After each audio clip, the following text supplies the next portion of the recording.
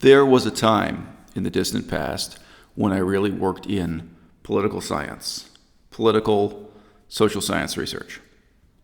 And I found myself highly motivated all the time to speak out, write articles, and do what I could to declare, hey, what's going on in political research is a scam. There was a time when I was involved with Buddhist research, the history of Buddhism, philology, translation of ancient texts, that sort of thing. And I found myself tempted very frequently to speak out, write articles, and, frankly, it started all kinds of conflicts and controversy, pointing the finger and saying, hey guys, wake up. Something going on here, and it is a scam. Until quite recently, I was involved in vegan activism for veganism as a political cause, and I was frequently tempted, frequently drawn out of my slumber to write articles and make YouTube videos and really scream as loud as I could to draw attention and say, look guys, there's something going on here that is a scam. Beneath the veneer of respectable mainstream press reporting, beneath the reassuring kind of headlines that the people who write articles for the newspaper know what they're talking about and that you as a reader can become well informed by reading these articles, we have a very dangerous game of self-deception and misinformation going on. An example that matters today and may be forgotten a few months from now, but an example that matters today and that reveals the depth of this problem, which is going to be a profound problem in the next 10 years. Joe Biden allegedly is supported by 48% of African American voters. We normally say in plain English, 48% of black voters in the Democrat Party allegedly support Joe Biden. Now, there was a time when the footnote or the warning I would insert here is no. What that means is 48% of black people who are willing to answer a phone call from a stranger and then answer a survey via the phone that takes, 10, 12 minutes, 48% of those black people vote for Joe Biden, right? And that is itself a powerful source of skew, a powerful source of bias, a powerful source of misrepresentation.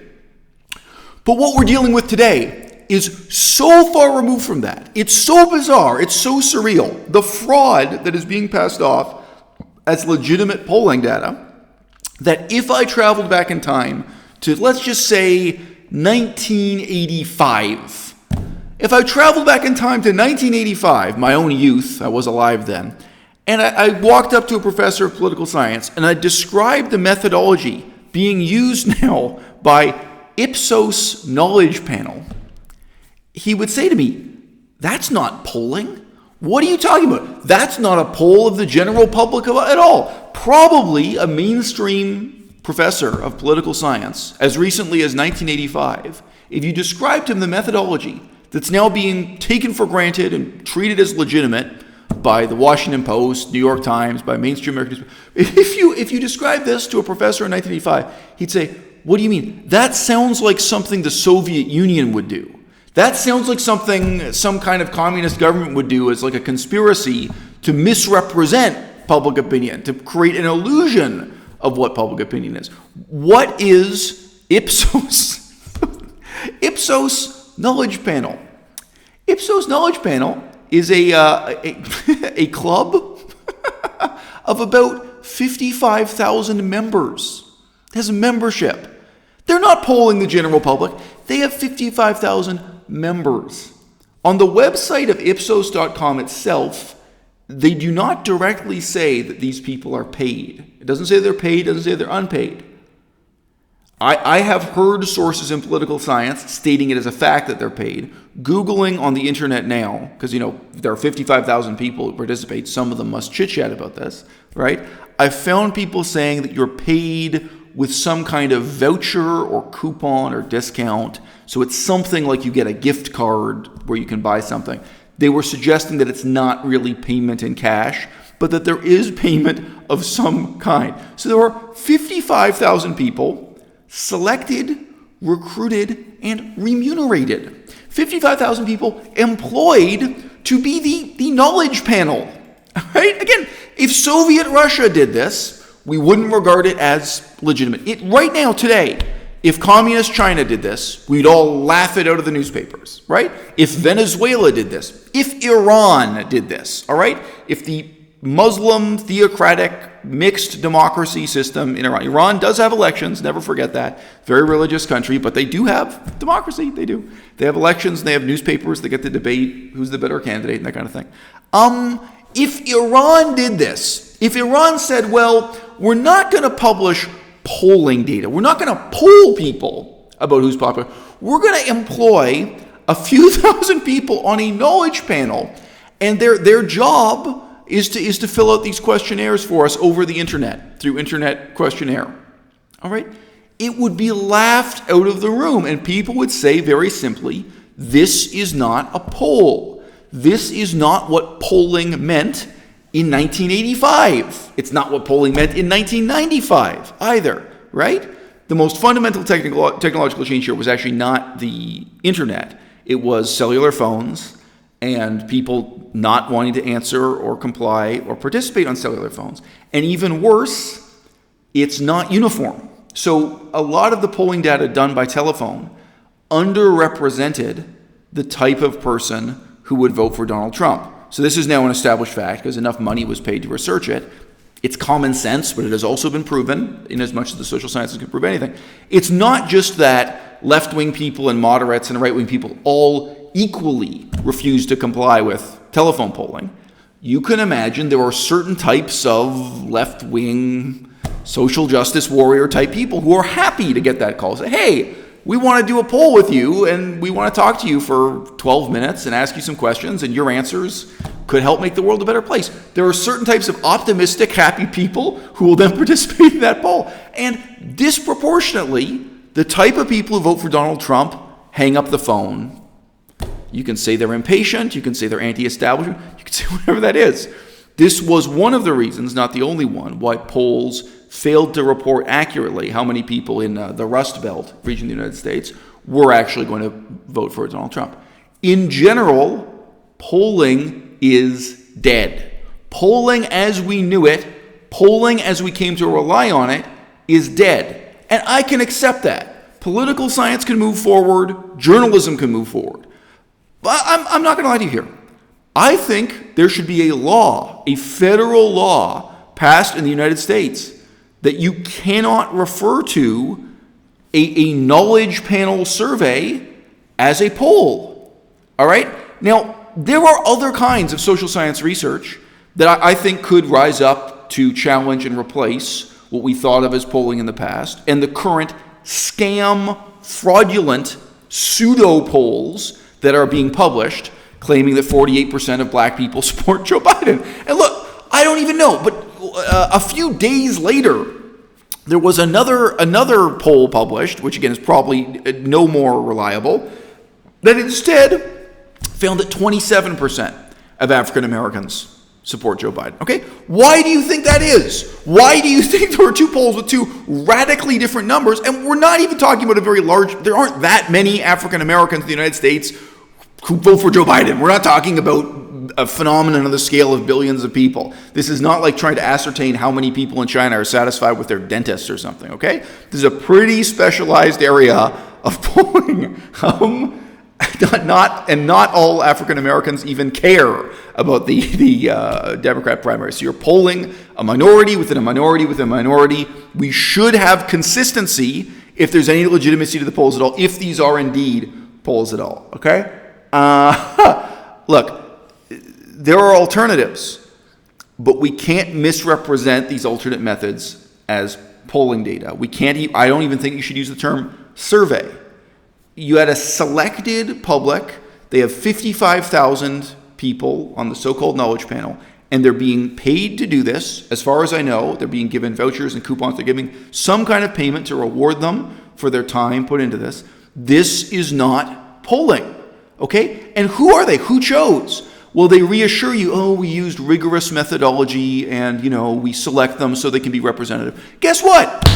You probably chose the type of elderly, especially interested in politics, African Americans who support Joe Biden. This very poll shows the problem. Sorry, this pseudo poll. The results, comparing this, 48%, this shows exactly the kind of skew, exactly the kind of bias, exactly the kind of misrepresentation that's built into that, not despite your rigorous methods, but because of your rigorous methods.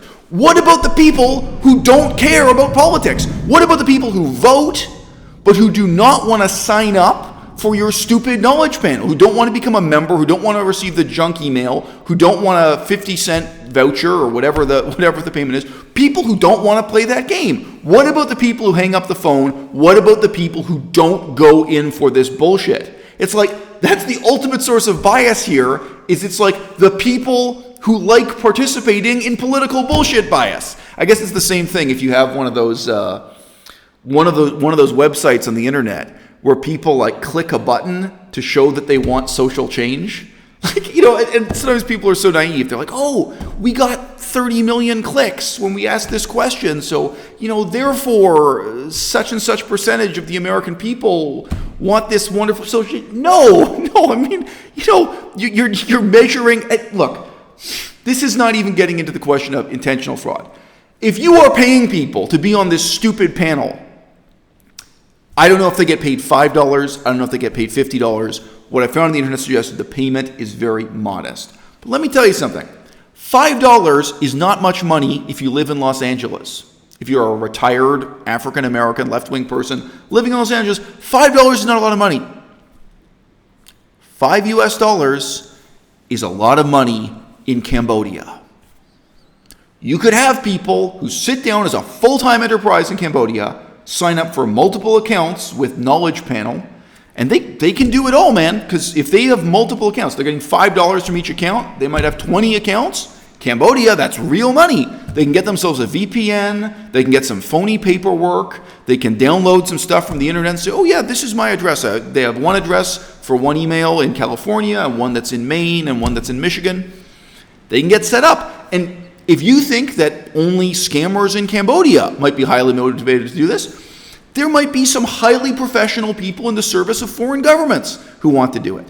One of the very few articles I read about this was written by a political science professor. I'm sorry, I forget. He was either politics or history, but a professor who said that he had a friend who was intentionally perverting the system. A friend who was out of his own academic interest. This was another university professor who had signed up so he could kind of spy on this system and see how it was working. And he was intentionally putting in like really wacky and extreme results to see if the system would check him or what would happen. Like what happens if you give really contradictory, crazy answers? Like, are they going to detect that there's something wrong, or what's going to happen? So I can imagine that some bored academic at a university with a PhD signing up and joining one of these survey groups because they want to know, where do the polls come from? This is like going inside the sausage factory and seeing how sausage is made. Okay, obviously this set of cultural assumptions developed in response to the demise of telephone-based polling, the increasing public reluctance to answer such a call, what have you,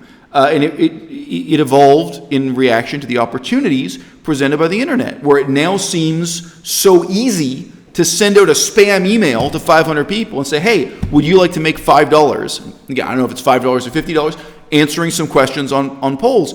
And a certain type of person will say yes. But it's not the average person, it's not a representative person. And the more of an effort this company makes to make it representative through rigorous methodology, the more unnatural, the more phony, the more fraudulent the whole procedure is. Because yeah, sure, they have a preconceived notion of what percentage of black people support Joe Biden. So if you just use the data raw without weighting, what do we mean by weighting the data in political science, right? That means they look at it and go like, oh, well, these numbers don't look right.